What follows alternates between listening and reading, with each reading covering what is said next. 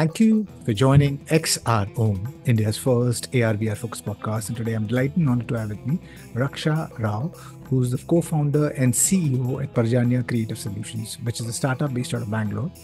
They use technologies like augmented reality and spatial audio. Parjanya is focused on creating innovative solutions in health, fitness, and arts domain across Apple platforms. They have built Prayoga, a first of its kind application that uses machine learning and augmented reality to track body joints to help users perfect their yoga postures in an intuitive but authentic way. And also a spatial audio app, Vedike, an app that aims to redefine creation and consumption of spatial audio music. And Parjanya is the first Indian startup to launch application titled Charana on the Apple Vision Pro. So Raksha, really appreciate you taking time and being part of the podcast. I think it'll be great if you could start with the story behind Parjanya Creative and what motivated you to focus into immersive technologies. Thank you so much, Eddie. Thanks for having me on the podcast. I'm really excited to be here, and I hope that we'll have a really engaging conversation. So, to talk a little bit about my background and how we started Parjanya and how it came about. So, it is a startup that has been conceived by me and my husband and co-founder Krishna, and we started Parjanya Creative Solutions back in 2019 when we moved back from the US to India. So the main vision of our company has been to use the power of technology to create products or solutions that are rooted in Indian knowledge, or it can showcase the richness of India in the best light possible. That has really been our driving motive behind everything that we do. So to begin with, Krishna and I, we are both engineers. We have our specialized domains. While my focus has always been on backend systems, Krishna is an applications engineer, and he has a special focus on image processing and media. His expertise spans across Hollywood studios, where he was building out rendering engines, to the latest job that he had as a senior research engineer at Next VR. It was a company that got acquired by Apple recently for their VR streaming pipeline. So it was through these years that Krishna got opportunities to work on nascent hardware in the XR field. It could be Oculus, the Magic Leap, Nreal, MetaQuest, and now the AVP. So we have tested out all of this hardware and spent tons of hours in the XR field, much before even we started our company, to be honest. But that's when we realized that the immense potential and the breadth of domains across that AR can help with. And we thought that it can have a really great impact, and we decided to go all in and focus solely on XR this year. So that's what our story is so far. Lovely. How cool is that? I think the husband and wife team is building out some really cool stuff. Congratulations on the launch of the application Charana. And yeah, I think not everybody gets the opportunity to, have their hands in all of these different areas, and you mentioned part your husband was part of NextVR and Apple and understanding these tech stack, through these various HMDs that you guys have kind of tinker around and build stuff on. So yes, I think we seeing the early days of us transitioning from like the 2D to 3D world. And I think almost all of my podcasts, I always keep on highlighting this transition, which holds humongous economical opportunity. Because so far we are just restricted to our 2D interface and through our 2D interfaces, specifically like on mobiles, we build billion-dollar businesses. And I think we will break out from a 2D interface and I think start experiencing things exactly how we experience things in a physical world, and I think that has got so much economical value. And once we kind of breach that, like a 2D to 3D world through like a wearable device like that, I think the school will come to us. We won't have to go to the school. The healthcare will come to us. We won't have to go to the healthcare, per se.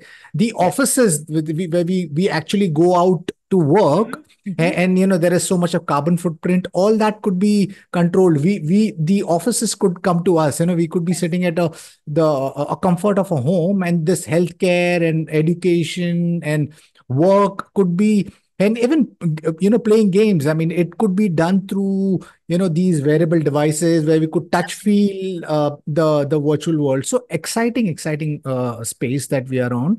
And congratulations again to being that company that's actually built out an app for Apple Vision Pro. uh, Absolutely. you also have built out Prayoga and Vedike. So I've been invested in music since a long time, 15 years. Mhm. And Mhm. I've seen the music industry transition from analog to digital to mono to stereo to now ambisonic and spatial audio. And spatial audio, you built out an app called Vedike. Could you Mhm. give us a glimpse of both Pro Yoga and Vedike? Yeah, absolutely. These are, we thought as engineers first, but these are solutions that came across as something that was very innovative, and that's how we actually got into the Apple Entrepreneur Camp as well. Just to give a little bit intro about both these applications. So, like I said, our driving mission has always been to use the Indian knowledge or to showcase Indian richness in a very, very good light across the global platforms, right? And we use the power of technology and across Apple platforms to be able to do this. With Prayoga, what we set out to do was to see if we can bring in a very technological approach to yoga. And we come from a family of yoga practitioners, and everybody is really well versed with the theories and the science of yoga. They're all doctorates and PhD holders in yoga. So when we started out Prayoga, we thought that if we could use technology to see the number one problem that all of us face while practicing yoga by ourselves is that we have no feedback. I mean, of course, you can stand in front of a mirror, but there's nobody to tell you if you're doing a particular posture right or not. And in yoga, that's actually really important, because not only don't you get the optimum benefits of doing that posture, but sometimes a wrong posture can actually lead to injuries. So we thought that this was a very essential part. And what we did was we created an application where you could just put your phone in front, and on one side it could be showing the asana that you're supposed to do, and on the other side it uses the phone camera to track the body joints. It uses Apple's Vision and ML framework, and initially it also used the ARKit framework to track all the body joints and give you real-time feedback on if you're doing the posture right or not. So this was a very path-breaking approach. It was 2019, and 2020 COVID hit, and this really gained popularity because the advent of home workout came in. So that way the adoption was quick for us, and we got to try out a lot of things like even group classes and how do these things work in that setting. So Prayoga, I think, was our foray into all things Indian, all things tech, and from there we could just get bigger and better. And then came Vedike, of course, like you mentioned. um, I am a musician. I have been practicing music for about, as long as I can remember, maybe 25, 30 years now. And I sing Carnatic classical vocal music. So when I used to go to classes, it was a very, very immersive atmosphere, like the teacher was there, and then there were a bunch of students, and we were all singing. But when COVID hit us, everything moved online, and we realized that it never gave us the same feeling, right? So it was we moved to Zoom, and it was meant for conversations, not for practicing music together. So it so happened that the teacher would say something, and then we would repeat it, and it was very tiresome, it was very boring. And then we realized that maybe we could use something like spatial audio, which in essence, the premise of spatial audio remains that it helps you listen to the sound from the exact places that it originated from. So we designed an iPad application which helped you get tracks in, and with a very, very simple user interface. It just helped you like place it wherever you wanted, and it could be like your teacher and the students. It could be a live music session, a concert, anything. So the user or the audience would feel that they are right there. So the sound could come exactly from where it was played from. So that was our driving factor for Vedike. And I think what we managed to achieve through Vedike was, um, without the use of expensive ambisonic microphones or any kind of special gear, we were able to kind of give the users a very hands-on approach and a very user-friendly approach to create spatial audio, consume spatial audio, and even at will change where the sounds are coming from. So it gave them a lot of freedom, but in a very easy and intuitive way. That was Vedike for us. Lovely. How cool is that? I mean, both your Prayoga and Vedike, it's a so unique and but like you said, I mean, your whole thing is about taking Indian tradition forward in the music. I mean, where you solving the problem of with Prayoga, like the feedback. I think really cool. Vedike, spatial audio. I mean, letting people experience audio exactly like how we experience in the real life. How cool is that? So kudos to you and your team. uh, Thank you. Spatial computing, because of Apple Vision Pro. I mean, we have now have we have a different narrative for immersive technologies. I think virtual reality has been there since ages, and then there's been because of a certain company or a brand, I mean, we kind of address it, or the narrative goes out as a virtual reality or augmented reality or Mhm. extended reality as an umbrella term, or metaverse, which now nobody wants to take that word because of the global environment for for metaverse.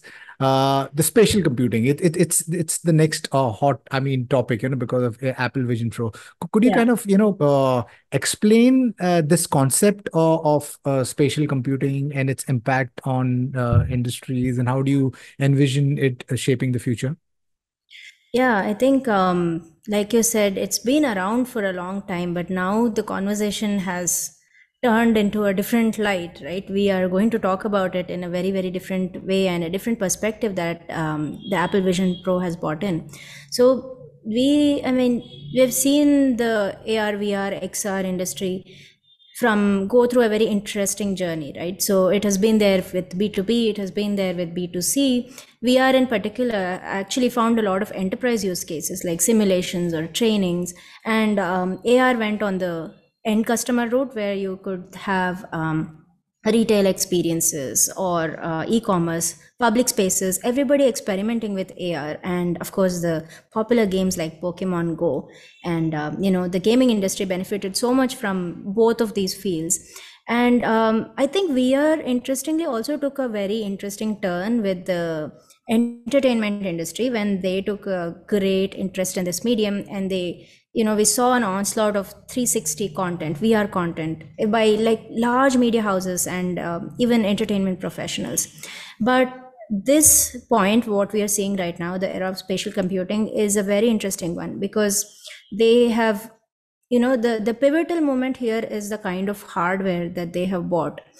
And this hardware is going to enable all the aspirations that the XR industry ever had. So it's very much like how the NVIDIA chipsets, for example, enabled the AI. Like AI and algorithms and ML has been around for a long time, but it was the NVIDIA chipsets that enabled AI to, just bombard everything and take the world by a storm. So ChatGPT, OpenAI, everything, right? And Apple, I feel like, has done a very similar thing with the AVP, where they have created the most powerful piece of hardware that can now support all the spatial computing potential that developers like us imagined through applications and softwares. And we feel that this is only the beginning, and we can really see it transforming the way people work, how they consume the entertainment, and how they learn. So this impact, I feel, is going to be across industries, like you said, healthcare, education, work, everything, and much more.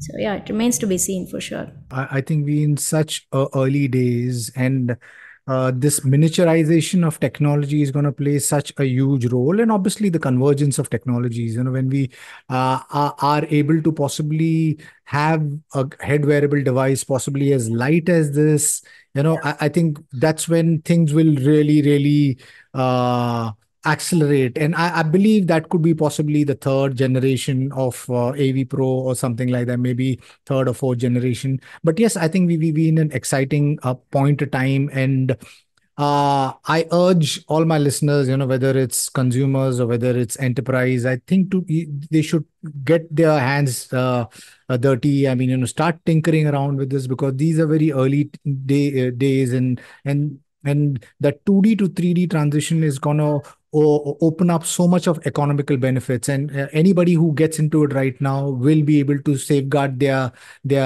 future. Now, could you talk about the Apple Entrepreneur Camp alumni? You happen to be the Apple Entrepreneur Camp alumni, right? How do you become an Apple Entrepreneur Camp alumni and receive mentorship from Apple? And how has it helped shape Parjanya Creative and its products? Mhm.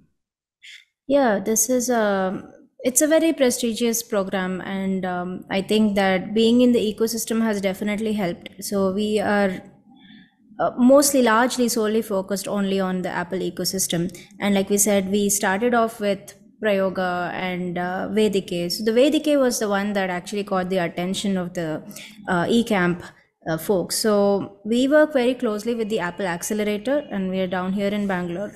And Apple Accelerator is a program, and it's a center that provides developers resources to help them with their development journey, whether it is engineering, design, or marketing, whichever it is. So Apple Accelerator has always helped.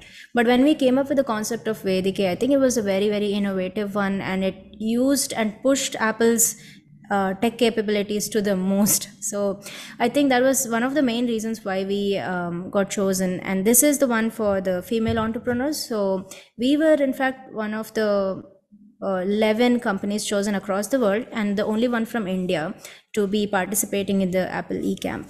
And it was a great learning experience. So we got 1 week of like extremely intense sessions where we were able to interact with directly with Apple engineers, and anything tech wise, whatever we needed. And believe me, it's like when you scratch the surface, there's a lot more. So a lot more than the Apple documentation, right?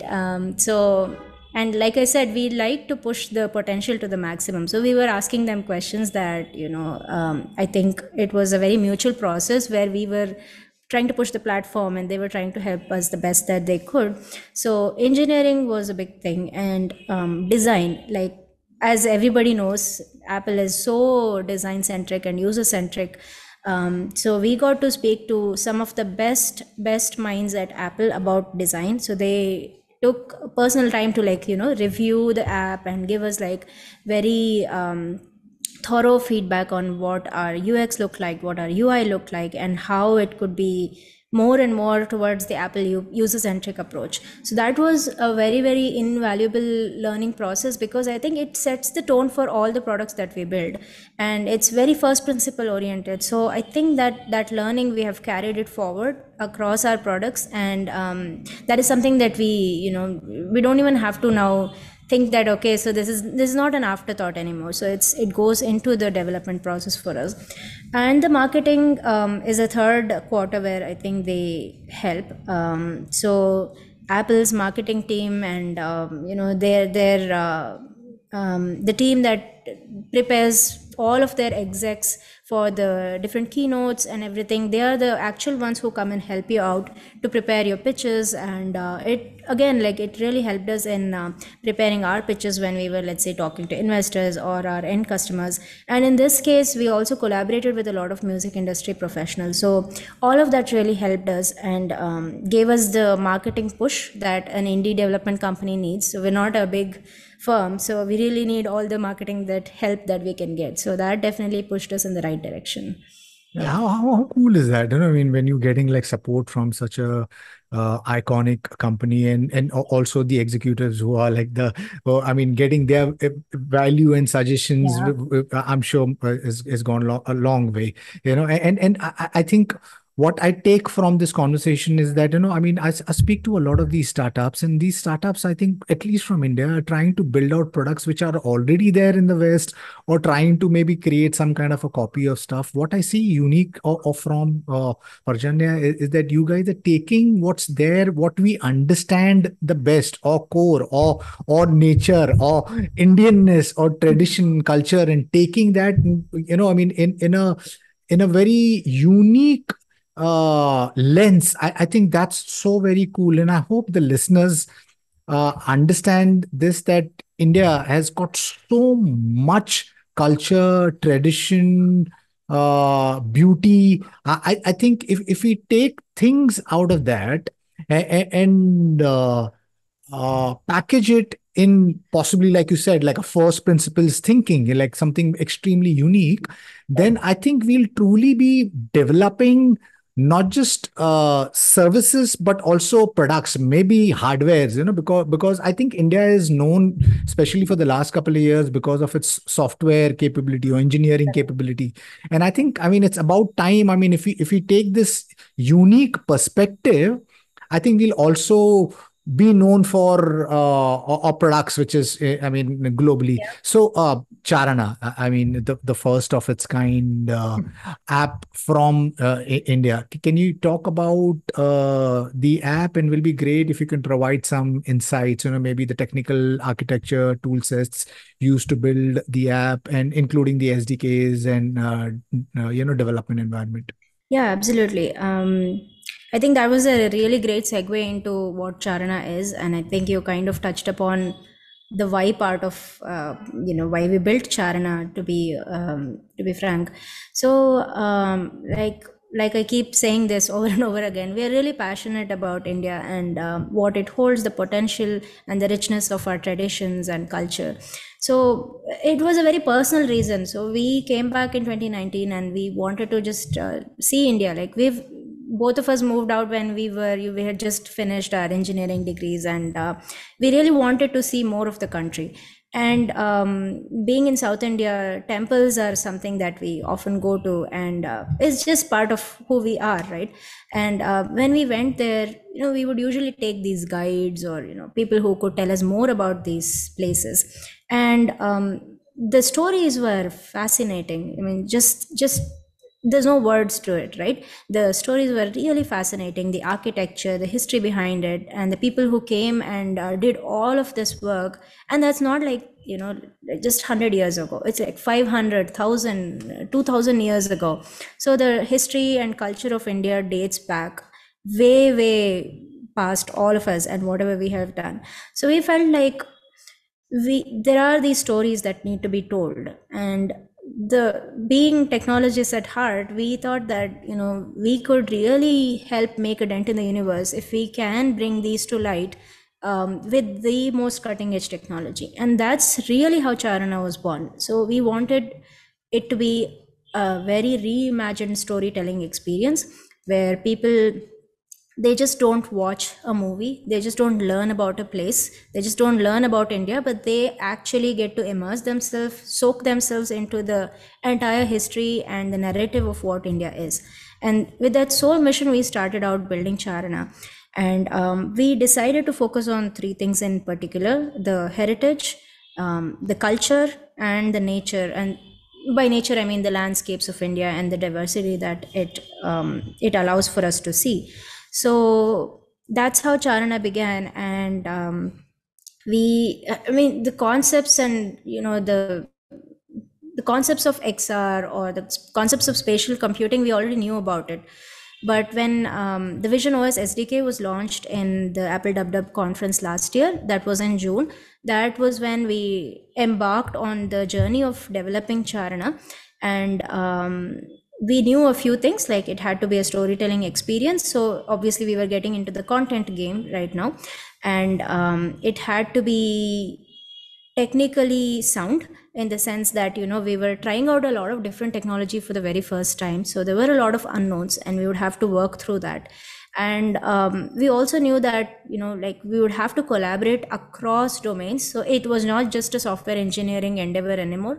It cut through industries, so we knew that this had a lot of hard work in store for us. So, and we were ready for it, I think, with all the networks that we've built out across the years and everything.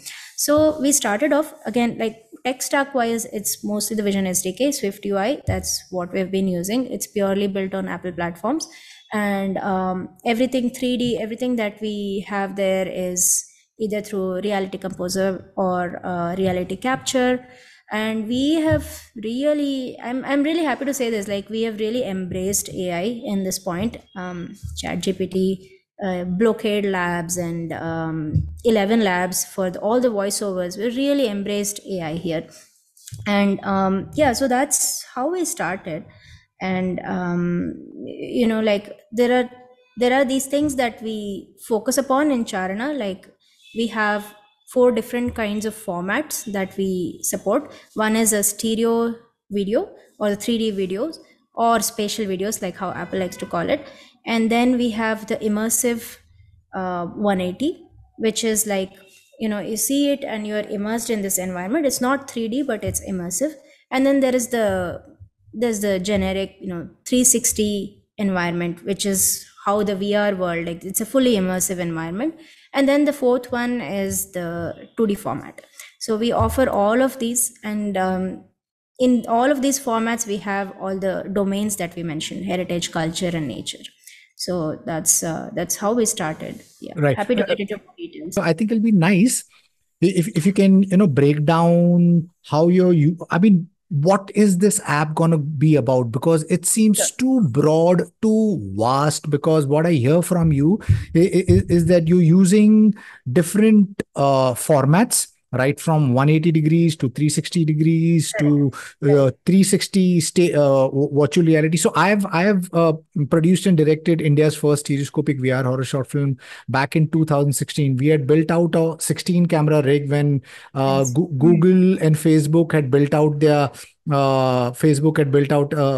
VR rig, and then Nokia had a VR camera. We had built out a 16 camera rig. So I produced and directed this VR film, and I used ambisonic back then in 2017, spatial Yeah. sound in 2016 through the camera. It's called Crackle. It's done the festival circuit. So Nice. explain how you're going to leverage all of these different formats. So is it going to be a space where you get to understand heritage, culture, nature of India? I mean, it will be great. And how are you using Blockade Labs, 11 Labs, and reality capture? Also, maybe speak about how you using the Apple Vision Pro tech stack to enhance this whole app, the world play, everything. Yeah. So it will be great if you can talk about it. Okay, so at the premise, what I said about Charana, about everything that it aims to create and empower, all that remains. But getting to the execution details of it and what it actually looks like on the AVP, that is something that I would like to talk about. So AVP, of course, like Charana is a third-party application on the AVP. So as most of probably your listeners might know, AVP has 3 foundational facets to it, which is what they call as the spaces and the volumes and the immersion. Like there's the windows, volumes, and spaces. So those are the 3 foundational things that they call about. Window is where it's a 2D pane in your 3D space. So in your real environment, it's a 2D window, much like how we see on the iPad, but just positioned in the real space. And then there's the volumes, which is the 3D assets that you were mentioning earlier. And I think there's a lot of different ways to create these, and there are companies who have specialized in creating and visualizing how these look. And then there's the spaces, right, which is the fully immersive spaces where you actually, it's the VR part of it, if you might say so. But the terminology to be considered is fully immersive, partially immersive, and the spaces is what it's being called right now. So taking all these paradigms into consideration, what Charana starts out is as a regular window app. And if you ever happen to see the trailer, or if you get the chance to experience it yourself on the device, I really urge you to. Then it starts out as a window experience, and you have, at this point we have 8 experiences to choose from, and each of these covers any of the 3 things that I mentioned. Either it's about heritage, it's about nature, or it's about culture. When I say heritage, it's about a particular place, like it could be about the temples, or it could be about a piece of architecture. And then the culture is where we bring in Indian traditions, like culture, or music, or dance, or tribal stories, something that has existed through the years, and we put them across in these experiences. And the third part is, of course, the nature, which showcases the diversity of our landscape. So we have, at this point, a couple of wildlife films on there, and then we also have a 360 about snow leopards. So it's wildlife, it's nature, it's everything. So it starts out as a window, and then when you go into each experience, based on how we have created that particular experience, I could tell you about the very first one that we have. It's about an ancient Indian art form called Yakshagana, right? It's a theatrical dance drama performance, and it's a dying art. And we wanted to tell the story of this person who's been practicing this art form for a very long time, as he's a generational artist. So it starts out, and this particular one is a 3D experience, where it opens up and you hear the voiceover, and you hear his story, and you're able to see the depth information. I mean, technically talking, you're able to perceive the depth in it, and you're able to see the truest of colors. And Yakshagana, if you've ever come across pictures of it, it's a very, very vibrant looking art form. The costumes are very vibrant, and the makeup is so loud, and it's a beautiful art form. So he walks you through the entire story of how Yakshagana started, why do the costumes look like that, and how a performance today looks like, right? So this is the kind of experience that we immerse the users into. And in this entire process, I don't say we want to primarily educate, we want to expose this art form and the richness to the global platform, and that's what our driving factor here is. So that's Yakshagana. And then like I said, we have used multiple formats. So the snow leopard one is it's a preview right now, but it's coming up. The full length film will be out there soon, and it's by a celebrated filmmaker. His name is Gautam Pandey, and he is a very, very, very well known, very respected filmmaker in the wildlife filming industry.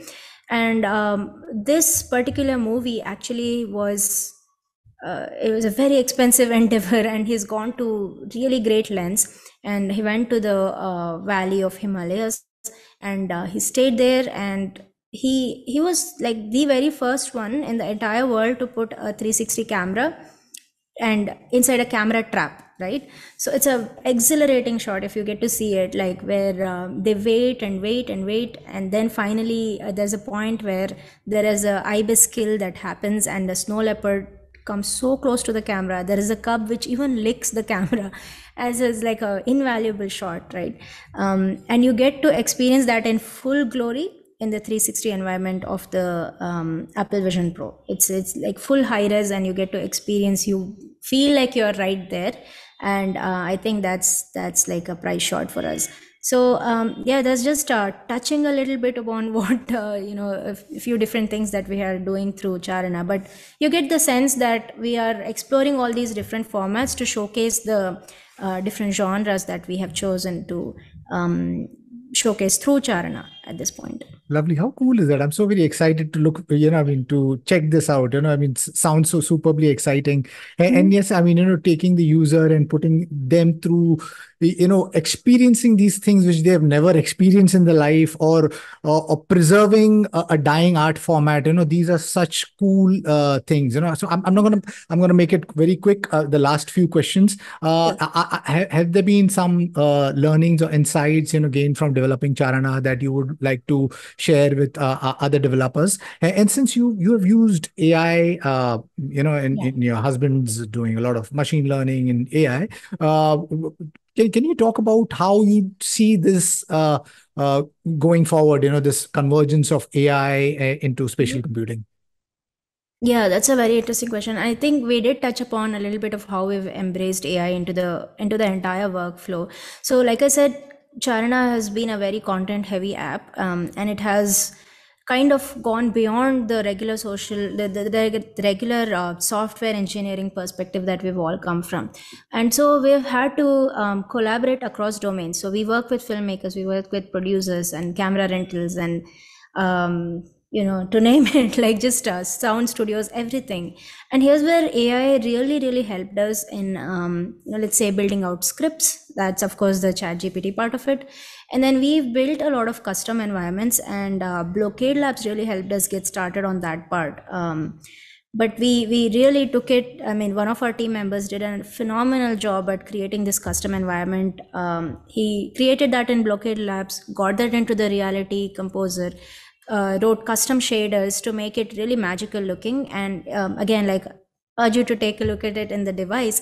But there's a wildlife piece which plays out in a custom waterfall-esque environment. It's really beautiful to see, and all that was, to think that it was started by an AI. It's really amazing to see how this has evolved. And all of our voiceovers has been done in 11 labs, and I'm really happy to see the output of it. I worked with speech to text engines before, and I can't tell you how how easy this process was using 11 labs.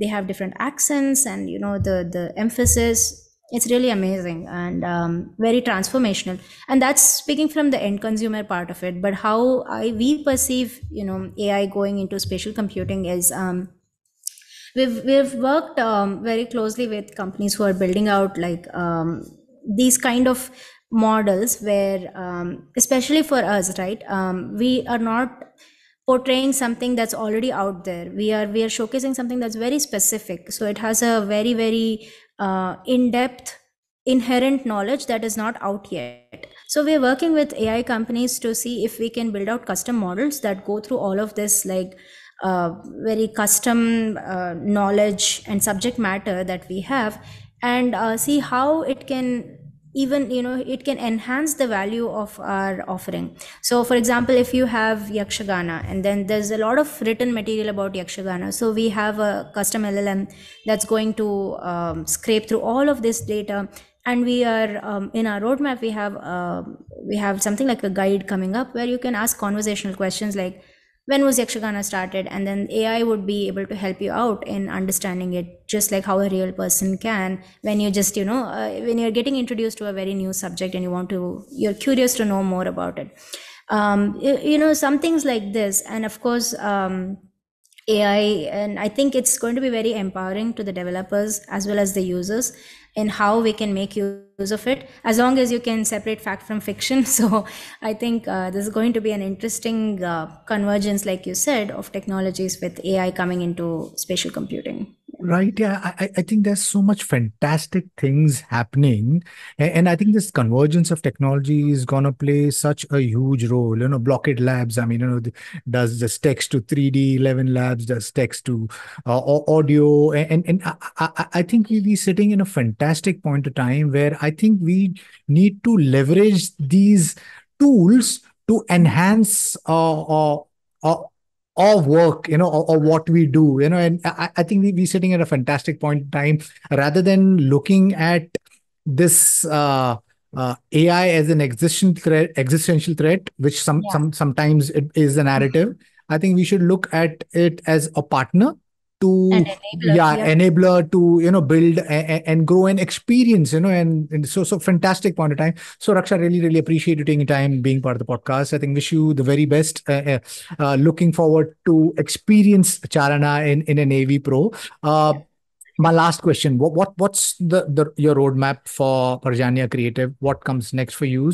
And possibly share maybe your views on India's XR industry, and maybe if you have some advice for AR/VR startups in the country. So three things plugged into one: your future roadmap, Yeah. your advice to AR/VR startups from India, and what are your views generally on India's AR/VR industry? Yeah, absolutely. Just to wrap things up, I think our pipeline and our roadmap is looking more towards the production side of things. We are going to be doubling down on our content and different experiences that we can provide. We are soon going to be creating something called as Charana Studios, where we would be, it would be a full production house where we collaborate, where we produce original content and collaborate with VR filmmakers or filmmakers in India who want to bring their content onto this platform. So we'll be exclusively producing for AVP in the future. And we're also, at the same time, on the tech side of things, we are trying to build up a spatial stack that can enable others to do that. So it could literally mean like, it's a drag and drop kind of platform where you can bring in this and how it can seamlessly fit into the production pipeline. So that's how things are rolling for us in the next few coming months. It's exciting times. It does make us nervous a few times here and there, but I think it's exciting to be sitting here at this point.